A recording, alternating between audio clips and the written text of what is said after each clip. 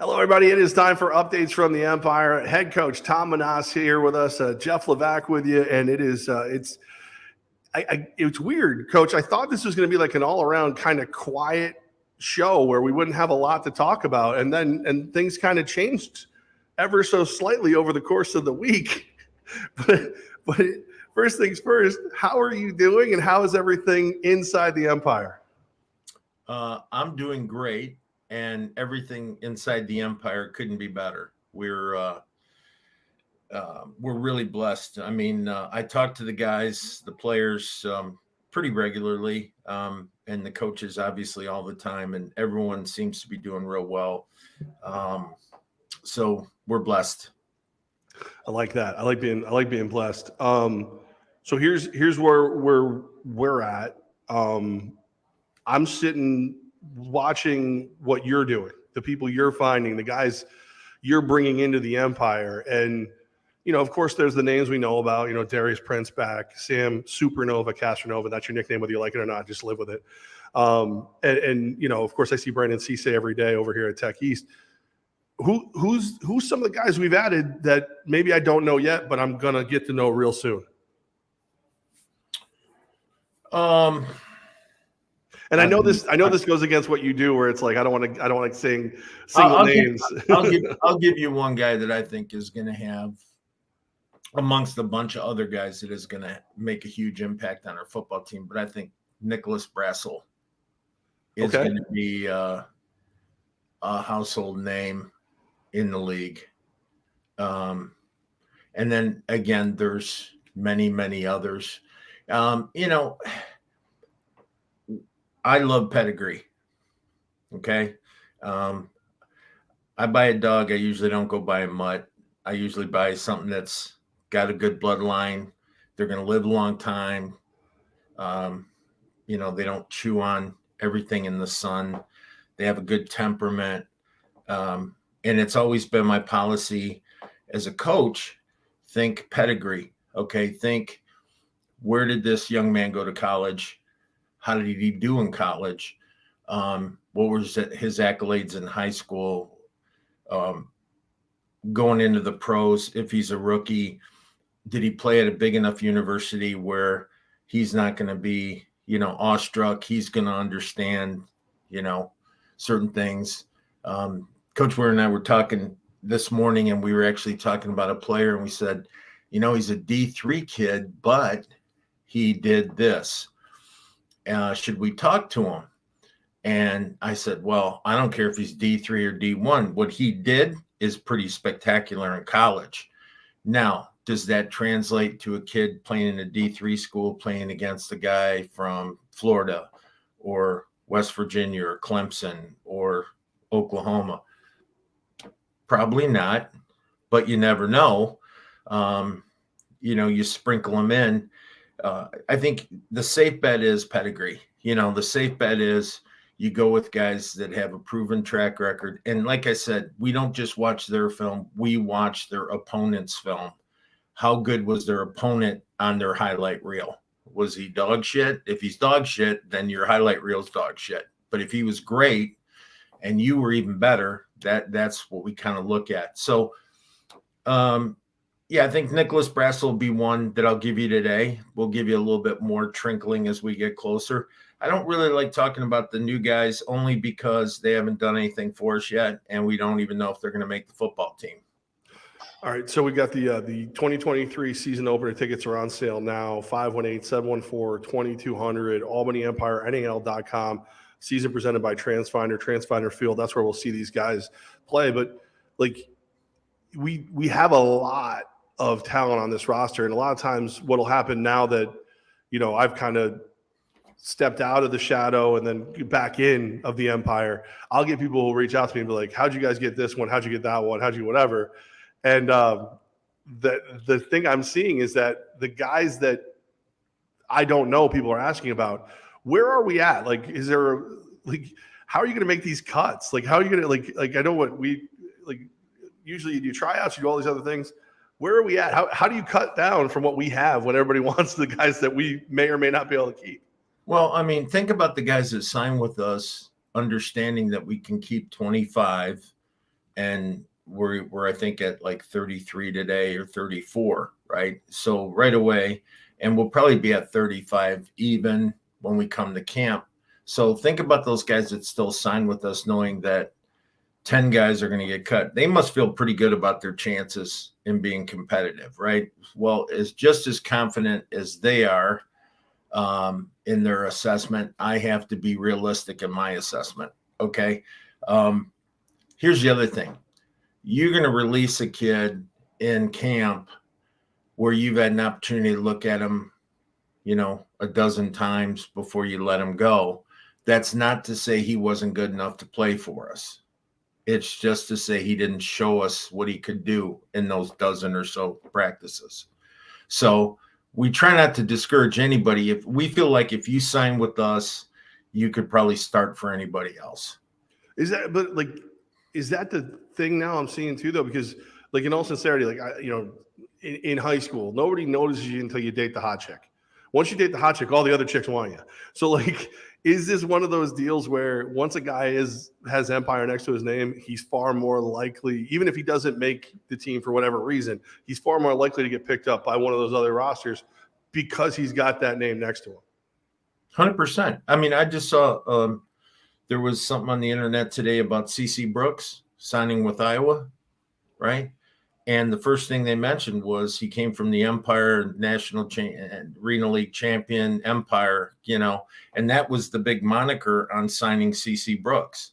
Okay. I think for coaches, I think for players, it is if you use it properly, it can be very helpful for you in your career. I like it. It's updates from the Empire head coach, Tom Menas, Jeff Levack with you. And, so, Coach, anything else that like we got to get out there? Like I know we had previously talked about our schedule leading up to the season. I know we're still working on a season ticket holder fan event, things of that nature. Any other updates we got to throw out for people? Yeah, we're definitely gonna do something for the season ticket holders, and I'm still trying to put together a little coaches clinic for the local coaches from juniors, Pop Warner all the way up to whoever else wants to come. But the one big news is we will not have an open tryout this year. And, Mike and Matt and yourself have been gracious enough to give me some dates and things and times. And I finally told Mike the other day, I said, we don't need it. We are not going to find better than what we have. Our roster, I can't see someone coming to our tryout and us cutting who we have as our camp roster right now. So we're not a cash grab team. We're not going to just do tryouts to sell T-shirts and get people to come and players to travel and, do all that.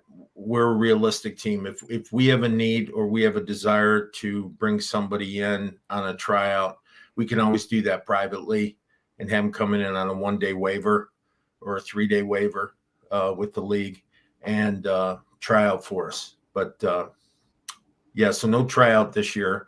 I've been getting hammered by a lot of young men that are looking for us to hold the tryout, but there's really no need, and I don't want to waste their time or their money or our time or our money to do it.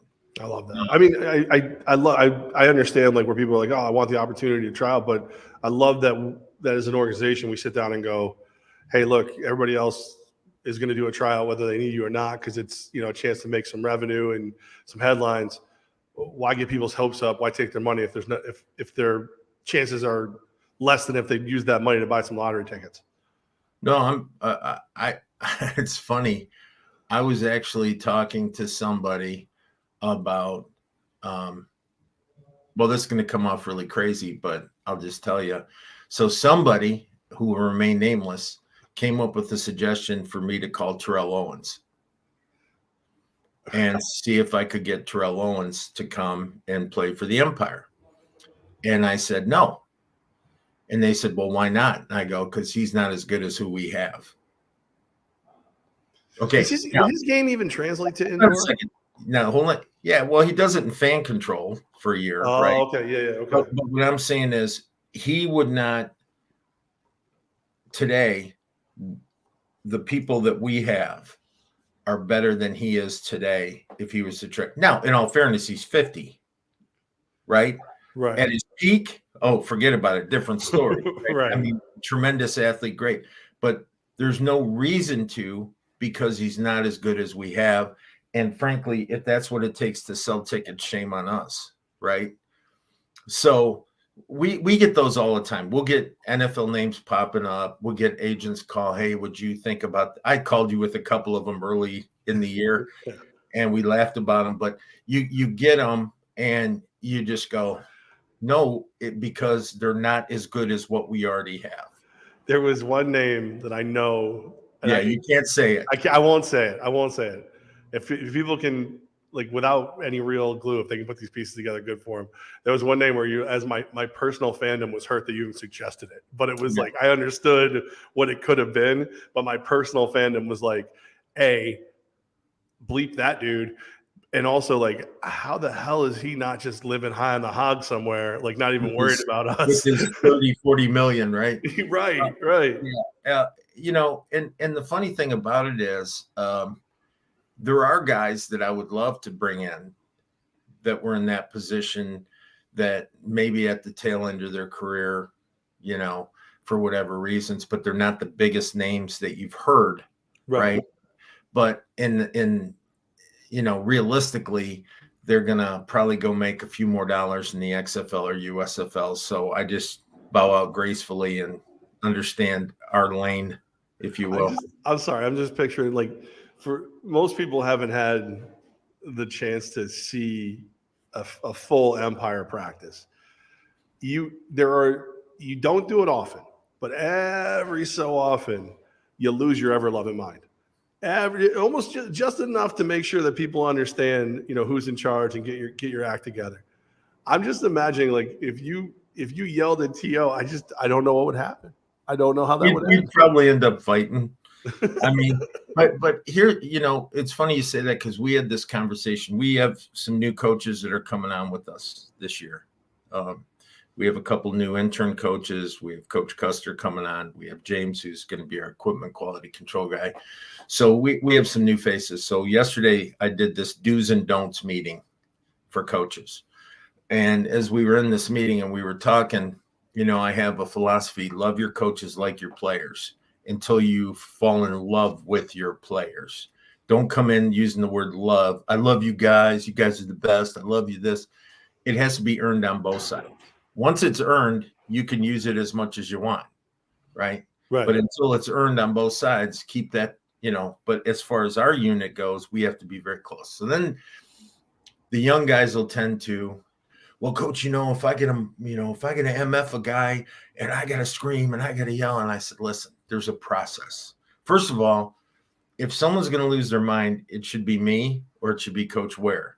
It shouldn't be you guys. You guys are first and foremost teachers. So it has to go, we have to teach first.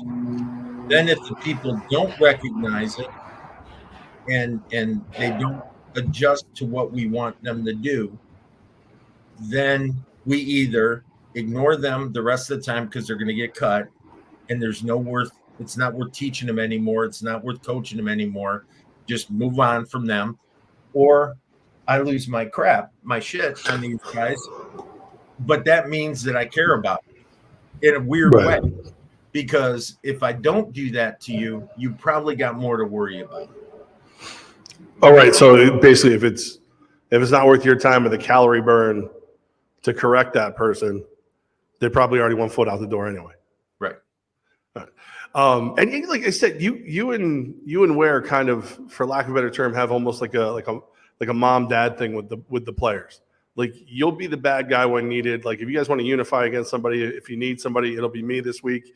And then Ware will be over there going, it's okay. He didn't mean it. It's okay. No, Damon is definitely more of a player's coach than I am.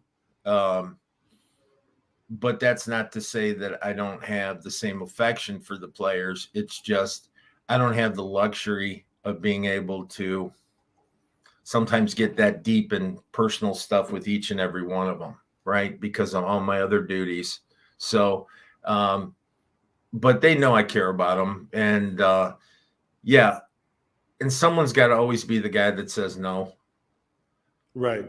And it's probably better to have that be like one person primarily than have it be the entire like front line. Right. Well, see, you know, I have two guys like that though, right? So my first guy is Coach Ware. right. So Coach Ware will come in and go, well, a couple of the guys were talking, and do we want to think about this? And, just want to, and he knows I'll listen to him because I respect his opinion, right? Right. Then the second guy is Prince. Prince, yes. like the shop steward, okay? Yes. He comes in and says, look, here's what we need to do. What I will say about Darius, and it's a blessing and a curse on from where like we sit, is he takes that captaincy very seriously. Like the fact that he has a captaincy, he will speak for the guy who doesn't feel like he has a voice. Like will come in, he'll go to bat for people. But there's a fine line with that, and I think Darius he's matured in his leadership and all of his leadership qualities.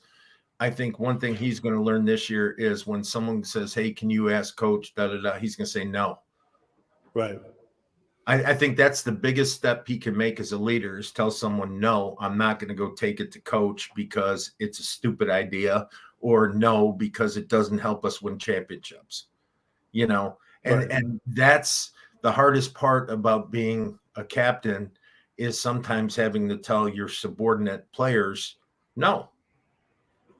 Well, you're middle management to a level, which means you're getting crapped on from both ends. So I get that. Well, to a certain degree, yeah, right. Little Benny just tried to shoot me with one of the Nerf guns. Benny did? Yeah, thank God his aim sucks. And he can't run. Benny's got legs that are about this long, right? For anybody who hasn't seen him, just picture the kid Russell from the movie Up, the Wilderness Scout. Yeah. That's him. That's Benny. Wears the backpack and everything all the time. Coach, we got a question from Dave Williams. Will you be looking at any of the guys that will be cut from the XFL?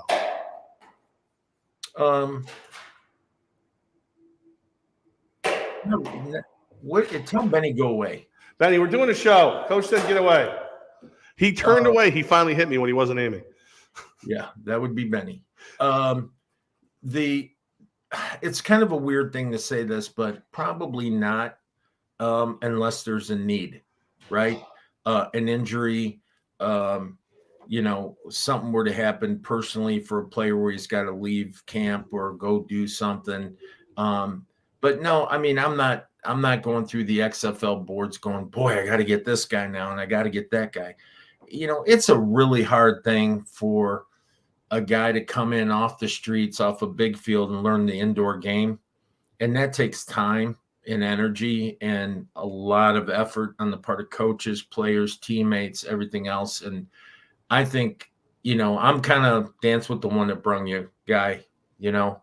If we're going to go in the war together, I want them to form a brotherhood and know that when they look to the right and look to the left, the same guy's there every week. Not like some of these coaches that do the revolving door thing. I'm not a big fan of that. Would it be more likely if it was somebody that was already one of your guys and then got an opportunity and like came to you in the right way and you blessed the the 100%. move, and then they were like, hey coach, I got let go? Like 100%, because relationships, that's what they're for, is let the guy have a soft landing. Love it. Yeah. All right, let's do it. Sources, rumors, gossip, and lies. We've got a lot of people who want to know what your thoughts are on the AFL. Jacob, hey, good afternoon, coach. Are you ready for this season? I think I can answer you for that. As ready as we're going to be until we're readier. What are your thoughts on the AFL coming back? Obviously, 100% of my attention, 100% of my effort, 100% of every bit of energy I have is to the National Arena League and the Albany Empire in 2023. I'll just say it like that, okay? Do I think that the AFL is going to come back? Hopeful to a certain degree. I was a part of that for quite a while. The other side of that is I've been asked to that dance before, and the band never showed up. Okay, so starting back all the way as early as 2021, there was inklings of it coming back and doing things. If they do, God bless them. Once again, it's more opportunities for football players to play that want to play ball. And we don't know anything about them. I think that's you know who they remind me of? They're like, you see this really hot chick and you think, wow, she's really, really beautiful. And then you find out she's actually a serial killer. Okay. You just don't know anything about her. Or it's right? just all makeup. It's not like it's all makeup, right? So, I just don't know at this point. I don't know how to gauge it because I just went through this XFL fiasco, which is we're in the XFL and we got The Rock and he wears a tight T-shirt and screams real loud and does all this. Other than that, I've never seen a lot of social media, never seen a lot of advertising on the networks, little blurbs here and there, smidgets. Right. But for what the promise is, it's just so underwhelming to me. USFL is trying to do their thing. They're coming back for a second season, but they've lost 12 coaches, 13 now that Fisher left Michigan, right. The Panthers. So I don't know what's going on there. They're saying they're jumping to the XFL because they're paying a little bit more. And you know how that goes. Yeah, we pay great and we fold in a year. We pay great. We fold in 8 games. We pay, again, right. I don't wish ill will on anybody, coaches, players.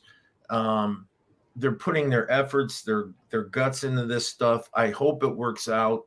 I just don't know if they're going to be like, are they going to go small market, AF2s style, keep the budgets low, make it work this time, not get overinflated salaries, overinflated workman's comp, overinflated this, overinflated that? Or are they going to come in and say, look, we get the biggest wallet in town, boom, we're going to go this way. Either way, God bless them. Right. But if you're going to be an owner in the AFL next year, you better be, and you go that route, you better be ready to lose $5 million a year. And that's the thing too, is like, I said this about a radio station. I used to work at like this really powerful radio station in the area called The Edge, and it went away and everybody wanted it back. So finally another company launched The Edge and it was not the same. So what I used to tell people is like, Aquaman can put an S on his chest. It doesn't make him Superman. Like you got, like, let's see what they are. Right now, they're promising the stars and the moon. They don't exist yet. Well, and we know what the NAL is. The NAL is all the talent that used to be in the AFL is in the NAL. Like the AFL went to the NAL. And by the time you come back, some of those AFL guys either should retire or are going to be very seasoned. Okay. So what I'm getting at is, yes, if you like AFL style football, true Arena League football, there's nobody on the planet that gives you that except us. Not next year, not last year or 3 years ago. Today, it's us. And we've been doing it now at the Empire, our ownership group, since 2021. We've got 2 championships to show for it. What else? The thing that really pissed me off was some jackass wrote on one of the boards, well, if the Empire go to the AFL, we'll pack that house. Screw you. Yeah. Screw you. Yeah. I mean, you're not going to get any more effort out of our guys than you get now.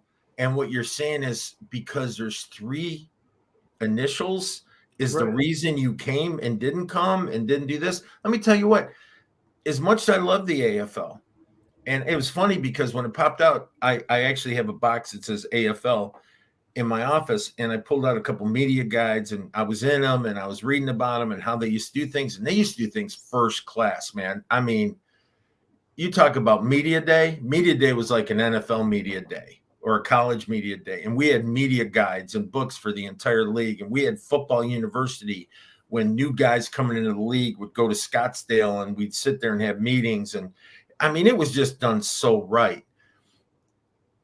Is it going to be the same style? Well, if it is, you got 3 bankruptcies. Right. Okay. Maybe it's time to figure, I'm not a bright guy. I just do what my wife tells me to do. Okay.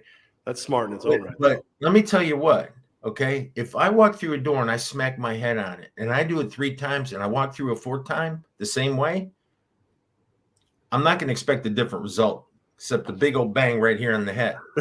And so I hope they do something differently that makes it very profitable, very, I want them to be prosperous. I want them to be opportunistic. I want them to offer opportunities to a lot of young men, and I want it to be successful, but not at the expense of the NAL.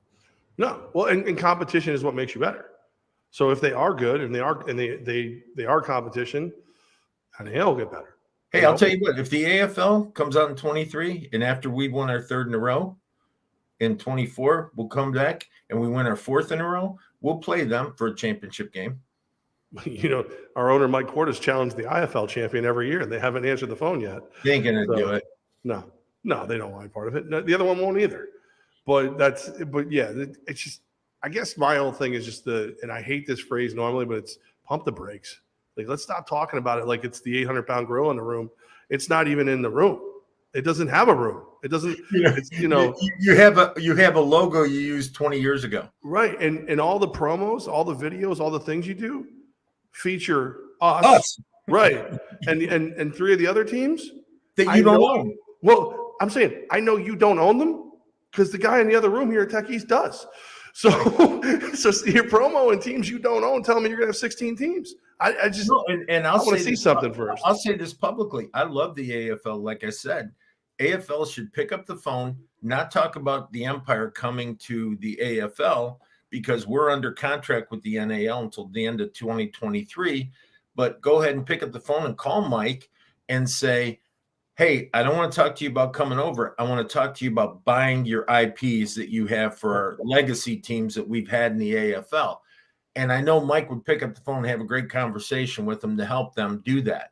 So we're not, we're not so stubborn that we're going to say we don't want to have any affiliation or help each other grow.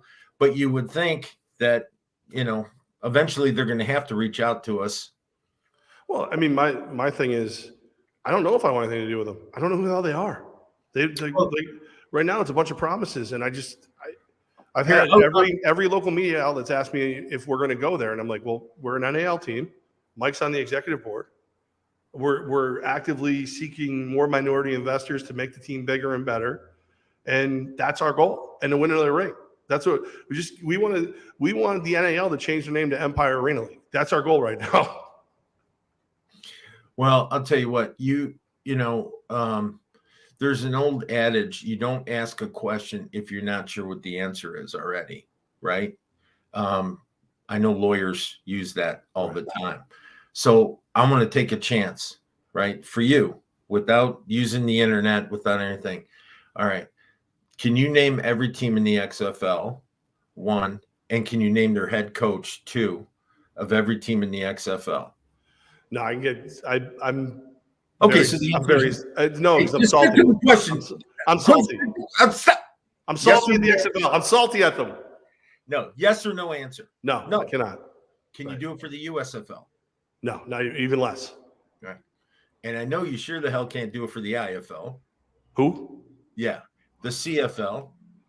Never heard of him. Right. You can probably pull off the NFL one though. Right? Yes. Okay. So what I'm saying is that although they all want to have the coolest logo and they all want to be the best, the NFL is the best. The NFL is it, period. Right. Anyone who wants to argue that with me, let's go. Okay. The NFL is the best for 100,000 reasons, not just more money and TV contracts and all that. It's You talk about owners that are so passionate to own a team in the NFL that doesn't compare with any other ownership group. I don't give a shit who it is in the country. Right. Okay. So when people get so wound up about the XFL or the USFL or the Arena Football League or this or that, just remember, you can't name all the teams, and you can't name all their coaches, and you can't name the stadiums they play in, and you can't name, their record from last year, or who won the championship last year, and what was the score in the USFL championship game, and blah, blah, blah, blah, blah. Now, you'll get some diehards, don't get me wrong, that will, but I'm talking about the 500 people or 600 people that go to a home game in the USFL, right? And I'm not joking. I'm not trying to be mean. No, I'm just saying it is what it is. And if you watch, I watched some film on guys that I was looking at who had sent me, their highlights. And it was funny because it's kind of like the old AFL days when we were in China and they never showed the crowd. They only showed the field. Right. And it was there's an art to it. There's an art to filming empty arenas and making them look full. And then you see the cameraman sneeze and it goes up and there's like 3 people sitting. He's by himself. He's like, oh, it echoes. The sneeze echoes. Right. So, I mean, look, my goal this year is 9,000 people in the arena, 10,000 people in the arena, every home game. It's bring the Capital Region another championship. It's helping these young men live their dreams and reach their goals, and help Mike fulfill his ambitions of being a community-driven organization. Okay. Yeah, absolutely. That's our goals. Right. Okay. It has nothing to do with who's coming next year, who could come, who won't come. What are you going to do if you put all this into that and then they pull what I think it was Columbus pulled in the IFL? We're coming to the IFL and we're bringing, we owe 80 car dealerships and we're so good and we're this and we're that. And I'm not taking anything away from them. And all of a sudden they saw the financials and they saw the cost and they announced the coach and all of a sudden pump the brakes. Okay, we'll come back next year. Then we'll come back next year. Then we'll come back next year. And that was 3-4 years ago. Right. And they're still not announcing that they're coming back into arena football or indoor football. So, just be careful. Make sure the chick's just not all makeup, right? Right. I actually just got a text from a friend of mine who went, he doesn't own 4 other teams: Baltimore Brigade, Washington Valor, the Atlantic City Blackjacks, and the Albany Firebirds. He owns all of them. So and the Empire. So technically 5. 5, right. So because the Albany Firebirds, right? Yeah, I used to play the Firebirds when they were in Indiana. Yeah, when they left here and then went down there. Yeah, right. So what I'm saying is that there's all kinds of opportunity for someone in the AFL to pick up the phone and call Mike Korda and just talk about the opportunities to help. If you want to bring back real teams where you don't have to come up with names like, the bobsleds and the Joneses, come up with the legacy names. Well, Mike owns them. Right. Absolutely. And look, I pitch him probably once a year on how to use those. Like I would love to put them places. Like the Brigade, I think that would be an amazing Glens Falls team because of the history of the 3 major fires and, kind of repackage them as a fire brigade, things like that. I try to do that all the time to him. And he's like, I've got plans, but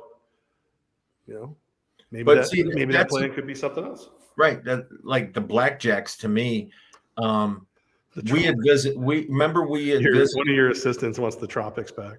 The Tropics, yeah. There you go. We'll get Jackie Moon out there. We went and looked at an arena in Connecticut, just to see if maybe a team could go in there, right? Yep. And they had a team before, but didn't treat the casino very well. But you talk about an unbelievable facility, right? While we're viewing the facility and going, wow, this is in the middle of COVID. Bellator MMA was in there shooting for Showtime, with nobody in the stands, but they were doing it. And I thought, man, if you had a casino that owns their own arena like that, and we own the Blackjack's name, Yep. To put it in there. And hey, listen, Atlantic City, great idea.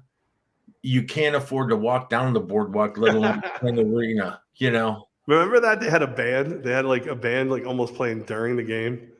Yeah. For that, like in 19, where like you're watching the game and then you look on the one set and the band's setting up like during the game for halftime because they needed to do all those extra things to make it work financially. And that was the thing is that, I can't tell you enough. I called actually when I was with the flight, I called Atlantic City in the off season, and it was during COVID. And I said, hey, listen, I want to be on the boardwalk. I want to be in that civic center. I want to be this. I want to be that. And the guy said, well, the casino board paid for it last time and they're not going to do it this time. So if you want to do it, I said, okay, how much a game? He goes, around 150,000 a game. Yeah. All right. Well, let me shake out the couch cushions real quick. Let's see what we got. I said, yeah, I don't think it's going to work. Yeah. A little short, just a little short on that one. So that's a shame, but it's, the reality of it, I tell Nate all the time, I said, why wouldn't you go to Disney World at their big arena there and play at Disney? I would think that would be something really, really cool until you hear how much it would cost. Yeah. And it makes Amway look cheap. Yeah. The Predators home, the Predators who will be welcoming for our home opener, April 16th. Tickets on sale now, 518-714-2200. You can check us out online, albanyempirenal.com. Of course, the season presented by Transfer. Got a lot of family coming for that game. Do you really? Yeah. Yeah. I'm my family doesn't like me enough they might come to the game and just not tell me. They'll probably reach out to President Matt Woods over here and get tickets through him, and so they don't have to talk to me. They like football, just not me. Updates from you didn't have to give the agreeing look, Coach. I just that looks. You know what that looks at is that they got a point. I love you. Absolutely. And they say they do too. They just don't like me. All right. So it is updates from the Empire. It's head coach Tom Menas, Jeff Levack with you. Coach, I've always been a fan of power rankings as far as a talk show host because it's a good way to fill a show. But do power rankings have any real power? Like, are there power rankings that you listen to and you go, you know what, I'm going to change what I'm doing because where I was ranked in those power rankings? First, no. I knew that answer. See, I knew that one. Yeah, but I will tell you that I don't think power rankings should come out until there's statistical information to back up your power ranking. Okay, that's one. The other part of it is if you're going to do it preseason, you need to base it on the previous year's statistics to do your power ranking. Power ranking is supposed to be an analytic, not an opinion. It's supposed to be based on fact. Okay. So let's talk about facts. So, by the way, the people who did the power ranking we're about to talk about, yeah, listening. Good. No, Jim. Hey, Jim. I got to be honest with you. Jim, I thought was the most fact-based out of that trio. Okay. The Inside the Walls podcast who did their power rankings. Yeah. I think Jim was basing his on, hey, look, how can you not rank them one? They've won 2 championships in a row and they've done this and they've done that, or, he's done this or he's done that. I think he was more in line with using factual information. I think Zach, now again, if you can take the personal nature out of this. Okay. Yeah. Okay, and add the humor to it. I think if Mason stopped real quick, Zach would lose his head up Mason's ass. Mason Espinosa was the special guest doing it. Yeah. Okay. I think Zach goes with the flavor of the week. Last year was, San Antonio. Oh my God. And he's wearing their jersey on the podcast and he's this and he's that, and then God love him. I love Zach too. But Oh I'm my just God, he's the nicest guy in the you got world. Mason, which Zach, I caught him on the screen. I think I caught Zach a couple times going like this. Watching Mason. just pie-eyed looking at Yeah. him. And Mason, God love him, he's going to always be a Gibson guy because that's where he had his thing. Okay. Not fact-based. Nothing fact-based. You're going to tell me Prince and Wade and Hollis and Cruz and wait, there's way more than that came from that we have coming in from Florida State and Florida and Mississippi and everywhere else aren't as good as Orlando's. Kiss my ass. That's not even close. Then you're going to say Jonathan Bain, who I love Jonathan. He knows I love him. Super nice guy. Okay? He ain't as good as Sam. No. He lost 6 games. What? He lost 5 during the regular season, lost us. He lost 6 games, right? Sam lost 4. Use facts. Okay, just use facts. He scored 7 points in 3.5 quarters. Sam scored a bunch in the championship game. With MVP great in the championship game. Right. So what I'm saying is nothing against Jonathan. Right. But Sam's better. Prince is better than everybody else. Period. You're going to really tell me that somebody – listen, and I know every other coach is defending their team and defending their deals. Like, I still – if I told Coach Ware called me, he goes, man, they just don't give us any kind of love or they don't, whatever. And the coaching thing came up. And I said, I don't know. He goes, what do you mean? I go, guys never beat me. I beat him like 6-7 times, and he's never beat me. And he hasn't won a championship, but he's a way better coach because he did more with less. And then I refer back to the San Antonio thing last year. I think there were coaches that were more deserving, not myself, but more deserving than someone who won 4 games in their first year. And everyone said, well, it was their first year. My first year, I won a championship. Kiss my ass. Right. Okay. And we had way less time than they did to start. We had 2 weeks.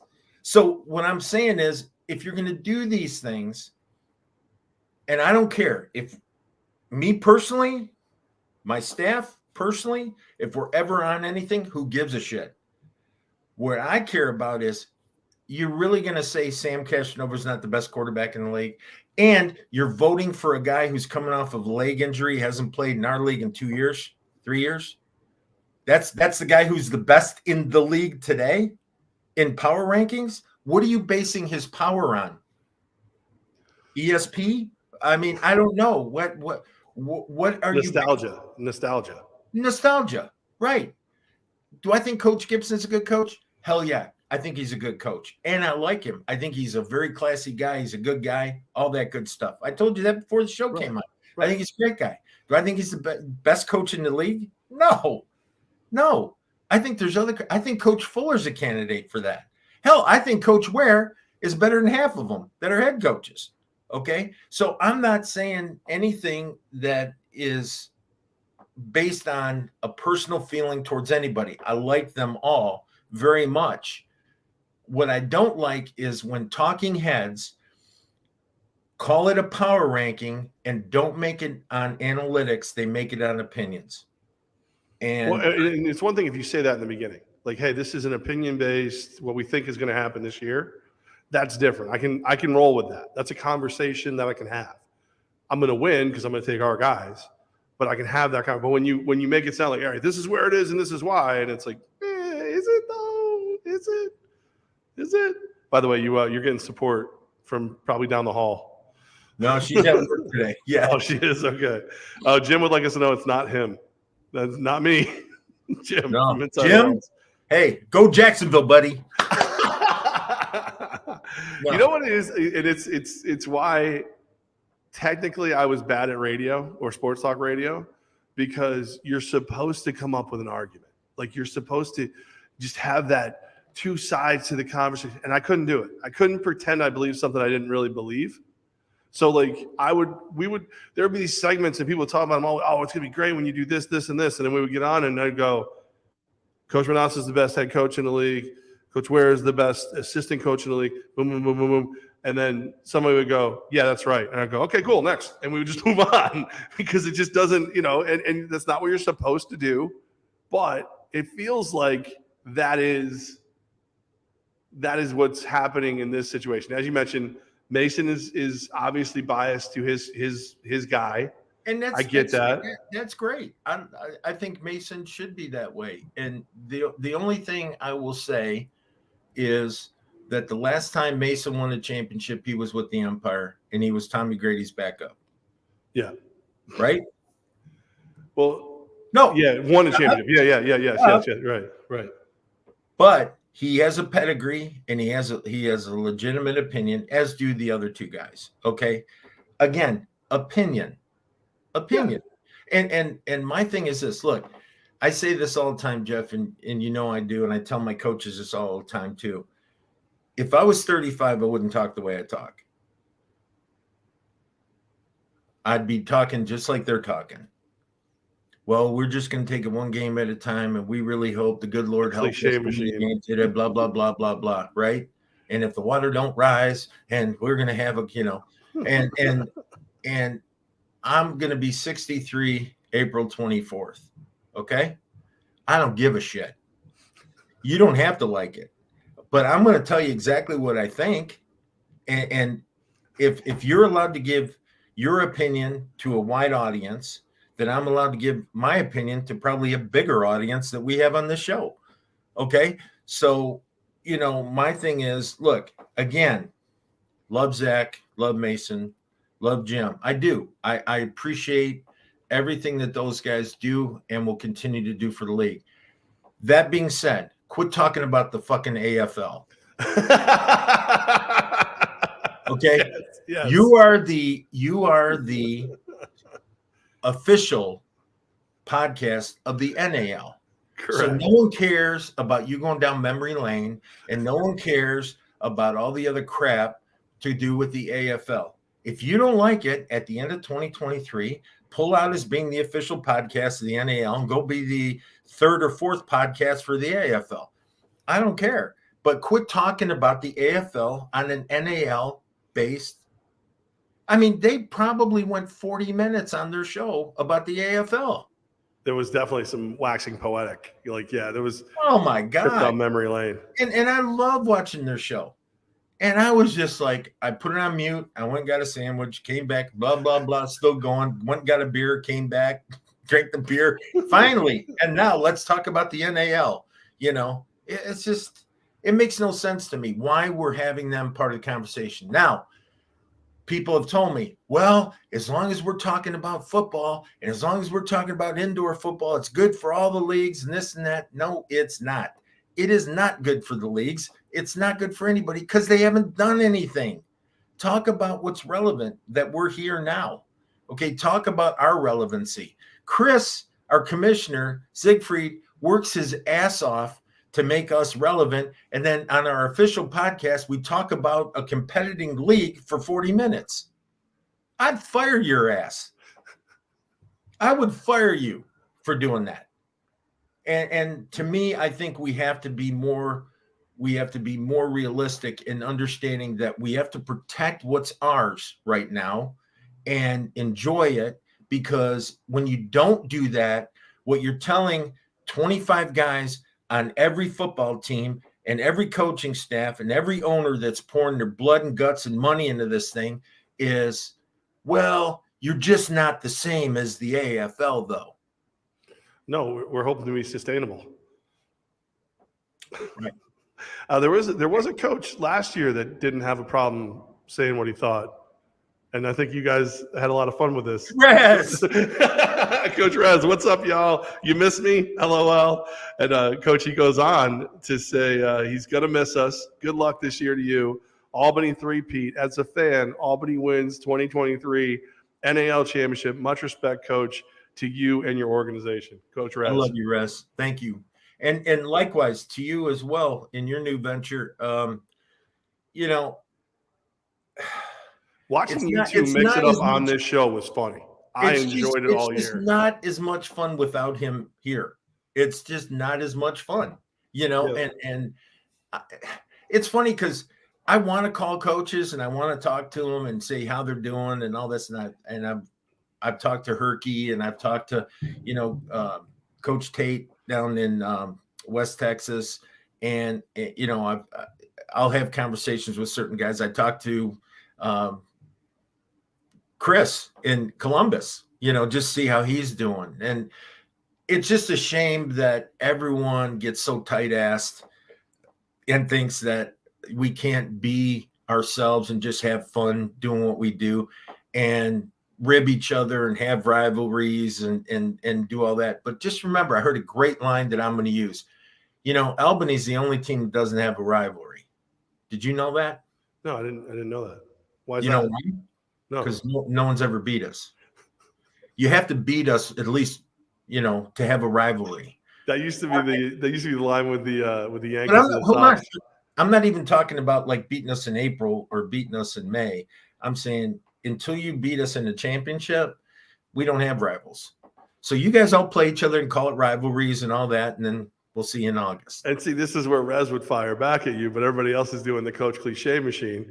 But like the line the Yankees for 86 years, it was the Yankees and the Red Sox don't have a rivalry. Does a hammer rival with a nail? No. I'm stealing that. There you go. Yeah, because and the thing about it is, do I think we're going to win 2023 NAL championship? Absolutely 100%. I think we got a legit shot of going undefeated. Okay. I think this is the best football team we've ever assembled in the history of the Empire. Okay. I think this is going to be a crazy good football team. And I think we'll bite, scratch, fight, and do whatever through the course of the season to make sure that we have a championship to bring home. I just hope our fans are there to witness history instead of reading about it. Yeah. And Coach Rez said, 3 times in a row don't count, lost the one that matters. Because they had our number in the regular season, whether it be, the way the ballot, you can make a different reason for this and that. They beat us in the regular season. No, and that's, and I know if you asked Rez, would you trade that for the win in August? He'd say 100%, right? Yeah. But you got to remember, just like those 2 guys, it was 2 at the time, and that other show, was that they were, when we went on our Brandon Cisse's learning streak that he calls it, not the losing streak. When we were on that, I mean, they were basically saying we probably won't make the playoffs and we suck and, Menas is an ass and this and that and just, anything you could possibly say. And meanwhile, we're huddled up in the office working, the players are working and we're getting better and we're doing what we need to do. And, and Jim, this is where I applaud Jim. He admitted it. Like he admitted, hey, I was wrong. I counted out, I this, I that. And it takes a big man to do that. The other guy, he's still go San Antonio, it just, it makes no sense to me. And I get, you got to have parity for your show to be interesting. I get that, but make it fact-based, man. So Rez said 100% he agreed. He would trade. He'd flip that 3-1 record with you in a heartbeat.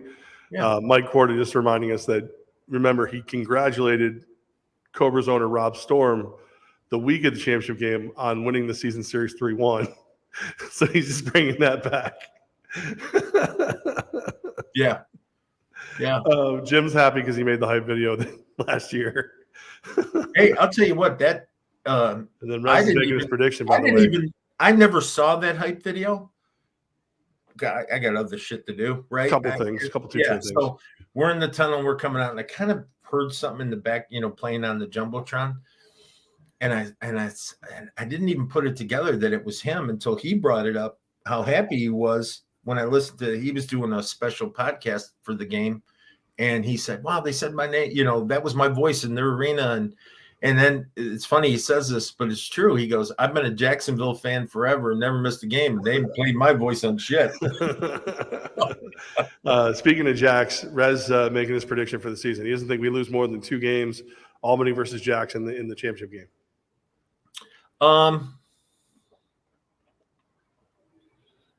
I do like the Rez Menas back and forth. I kind of like. I'm going to miss this through the year, like because he's too nice to us right now. You know, if he was coaching like a peewee team against us, he'd be telling us all the ways he was going to beat us. So it's almost weird that he's like having him be so nice to us makes me like a little uncomfortable. Well, I don't think he's being nice to us. I think he's being fact based. Yeah, but he didn't do that last year. No, but he couldn't do it last year. And everything that he did last year, I was doing the exact same thing for my team. So everything he was saying, I was saying for my team. That's why I never, we never had an issue, is because I understood where he was coming from and how you have to be supportive of what you have, not what somebody else has. Absolutely. Phil Menas, familiar name. I don't know why. Says we need to have a reoccurring Rez guest spot, so because he misses the banter as well. What we'll do is maybe in the next couple of weeks before the season, maybe we'll get Rez on the show. We'll do on the show with us. Absolutely, I'm all about that. Because now he can talk shit on the NAL and everything else. Yeah, listen, I'm a fan of what we do, but I'm more than interested to hear what he would have to say. That's appointment podcasting right there. Coach Rez uncensored on what he thinks of the NAL now. You thought it was crazy before. Yeah, right, exactly. That could be award winning right there. He said he's game. He said he's in. Good. So no, he goes no fines for him. So like just so you know, Rez, we're gonna have to sit there the whole time and be like, you stop it right now. It'll be one of those ones where you do the hand up and the other hand forward, like kind of thing. Oh man, that'd be a good time. You know what we could do? We could do a point counterpoint. Yes. Like the old news shows. Yes. How about questions? Anything coming up? There was a lot of wondering about what your thoughts on the AFL, because everybody knows you popped around and I love the you AFL. tell the truth. Yeah. Just a lot of, to be honest with you. Let's have an agreement though. I love the AFL. Let's not talk about the AFL until like August 20th. Well, how about let's not talk about the AFL until they prove they're the AFL. Again. But even if they do, we got to be focused on this. Yeah, but I mean, if they go out and they prove they're the real AFL, then I'll understand all the slobbering. But right now, it's like, again, you put an S on your chest until you take down Lex Luthor. You ain't Superman. Like, stop. Just like call yourself whatever you want. Like, hey, everybody, I'm Batman now. Until I fight the Joker and win, I'm not really Batman. It's just that's my whole thing. Like, you can buy the rights to damn near any name you want. It doesn't mean you're that. So if they prove that they're really able to put the quality of football on the field that the AFL once did, and then go a step further and not go bankrupt multiple times, that's a different. Then if you guys want to like wax nostalgic and slobber all over them, go to town.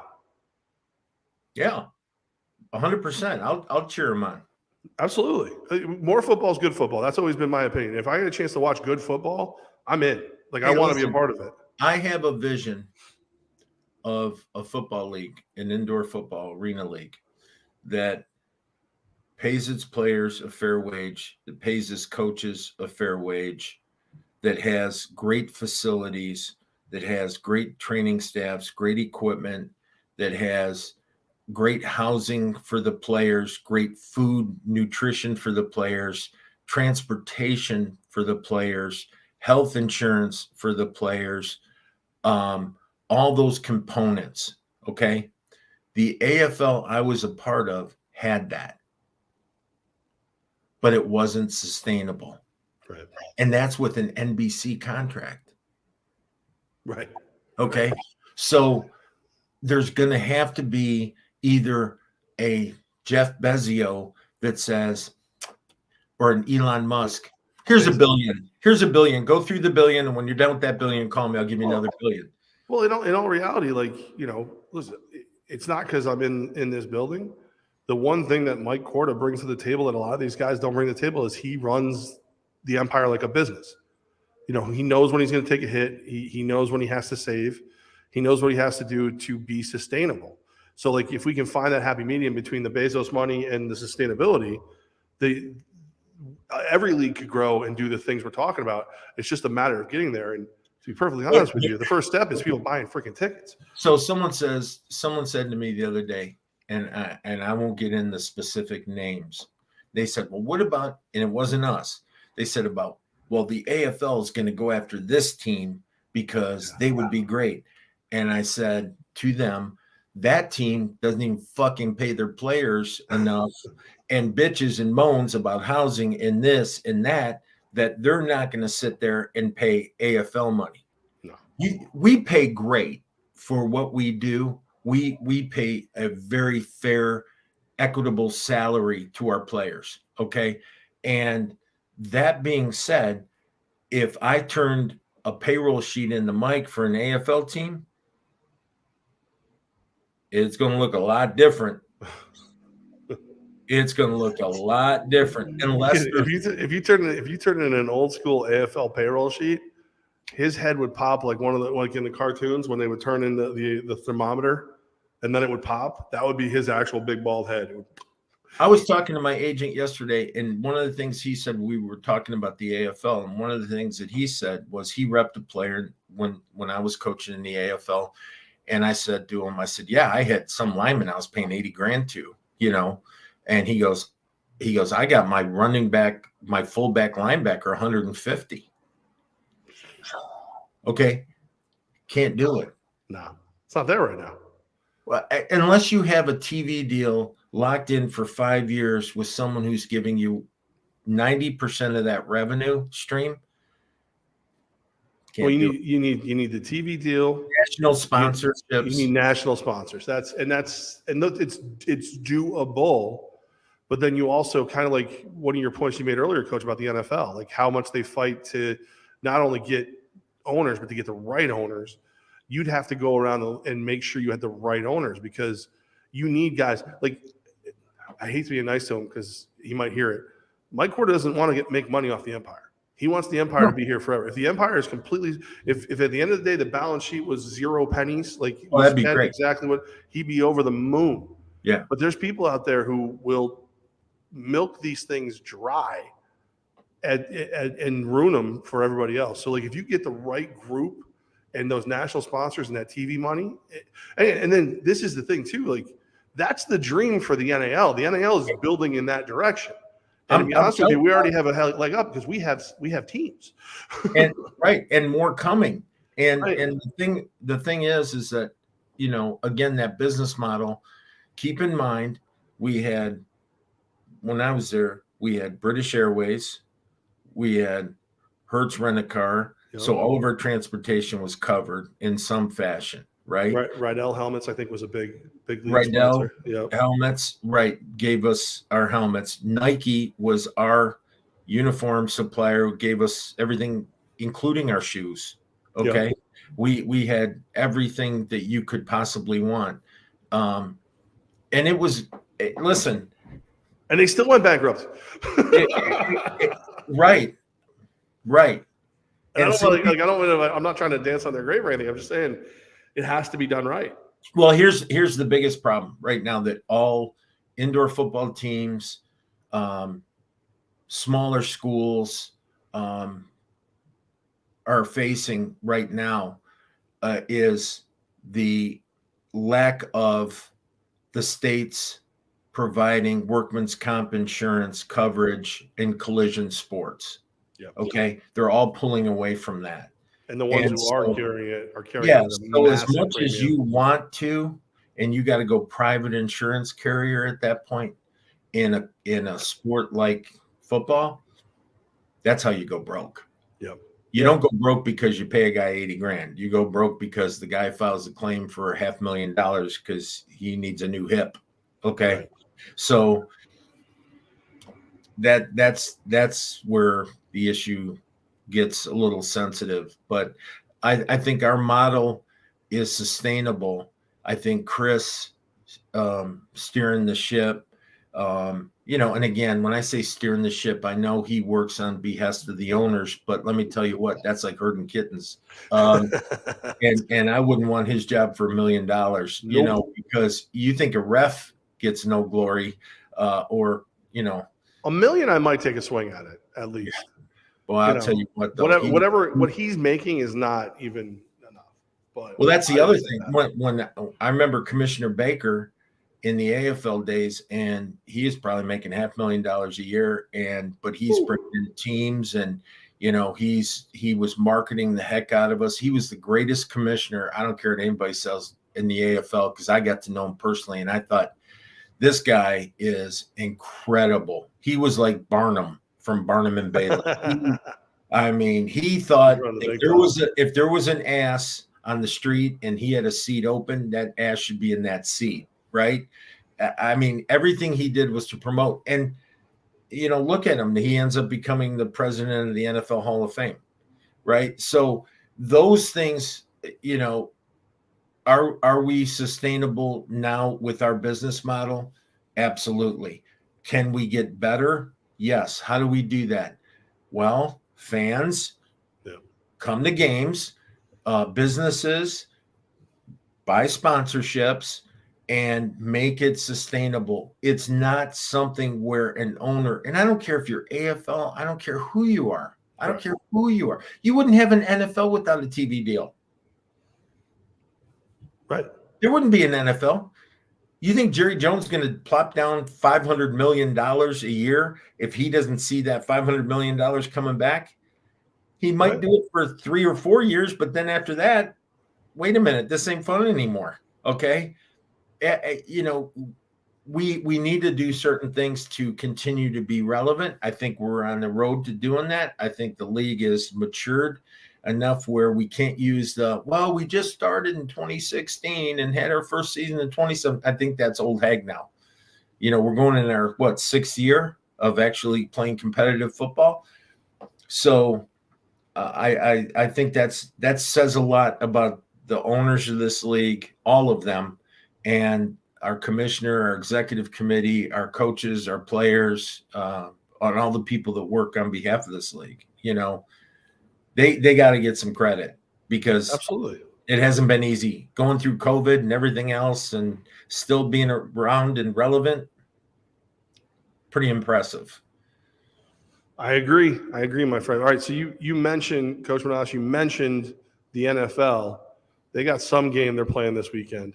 What are you got any thoughts on Chiefs versus Eagles for the Super Bowl? Yeah, I don't want the Chiefs to win. I want the Eagles for a couple reasons. One is I like that Kelsey brother a little bit more than I like the other Kelsey brother. You're more of a Jason than a yeah. Travis. I got it. Okay. No, I don't. You know what? Be honest with you, I don't really care. I hope it's a good game. Lines aren't in it, so I don't really care who wins, as long as it's a competitive game and it's fun. And I always gauge Super Bowls by my couch.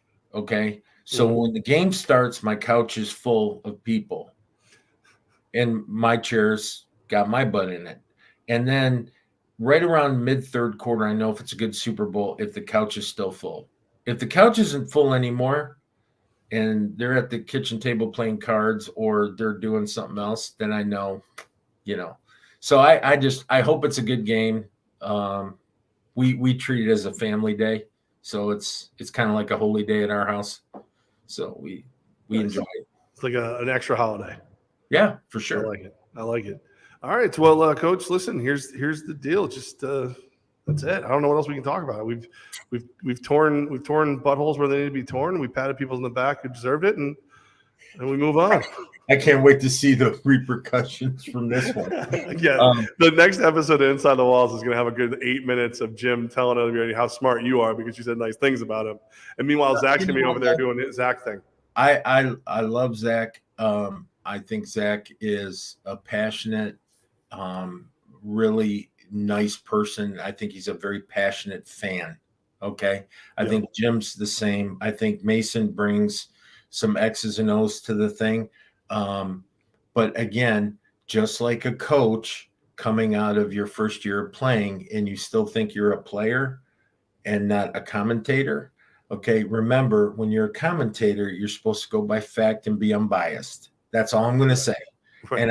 And I think Mason will grow into that role, But I think no, last again, year they asked me to do the power ranking show, and I went, just so you realize, like, there's not going to be any drama on who number one is.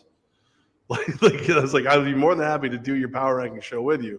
I thought it was going to be number one. I actually thought the power rankings were going to be, the votes were going to be, Zach was going to take San Antonio, Jim was going to take Jacksonville, and Mason was going to take Jacksonville. That's what I thought was going to happen. And but the one that got me the most was the receiver one and the quarterbacks. Yeah. I mean, guys, I will just tell you this: we will lead the league in all offensive categories this year. We will lead the league in all offensive categories this year. And if you want to say, well, then what about DBs? Yeah, we just brought in an NFL DB, so yeah, we're okay. Didn't we just have arguably the greatest defensive performance in a championship game in arena football history? Didn't that just happen? And for the most part, well, first of all, yes. Right. And again, guys like Marvin Ross are going to be great. Kenny Veal's going to be great. They're going to do Arthur Hobbs going to be great. They're going to go do great things. But no one part was the reason we did what we did. We did it as a whole. And I'm not convinced that we didn't recreate the right group. I'm convinced we have. So I would encourage them to do a power ranking before the playoffs and then just pull out a stat sheet instead of just throwing darts at a board without looking, It just bugs me because Sam's better than Jonathan. As of right now, based on everything, how is he not? Right? How is the Empire not the team, the number one team, after what we've done? It just cracks me up. Well, Coach, has not only been the number one seed 2 straight years, or won 2 straight championships, or basically dominated all the offensive and a lot of the defensive categories. It's not like we've done that for 2 straight years. Oh, wait. We have. Oh, okay. All right. Yeah, I thought that. Well, that's the thing, though. Like, I guess that's where I'm at on it. Like, it does – in the moment, it bothers me when I see people, like, say things that are just clearly not right. And then I just look over at the trophies and the rings and, the accolades. You know what it is, too? I love these guys. I have a true affection for my players and coaches and my ownership and all you guys. And when someone just talks to talk about stuff, and if they don't think I'm going to speak up, they're out of their mind. Okay. They're out of their mind, because that's no different than you saying something about my kids. Okay. And if you say something about my kids that ain't true, watch what happens. Okay. So it's the same thing with these guys, is that you're saying, so just give me a fact. Give me a fact why this guy is the best quarterback for 2023 versus this guy. Or give me the best fact while this team is better than our team. Give me the fact. What's the fact relative to? I think the fact is I want to be smarter than the room, and I want to tell you something that could ultimately be right that nobody's thinking later. And if I'm wrong, I'll just forget I did this. That's usually like the radio way of doing it. Isn't that what they did last year? Yeah. And nobody remembered last year until they did it again this year.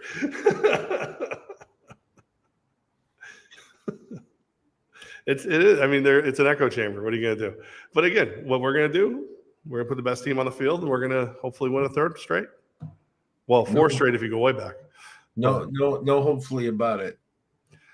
Me, I don't like, me, I don't touch the money. That's the thing. I can't, if I was out there doing the tackling or running the football or something, I might get a little mouthier.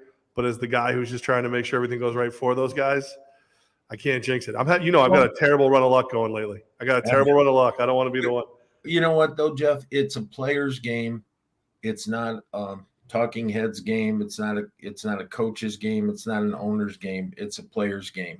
They got to catch the ball. They got to make tackles. They got to throw it. They've got to run it.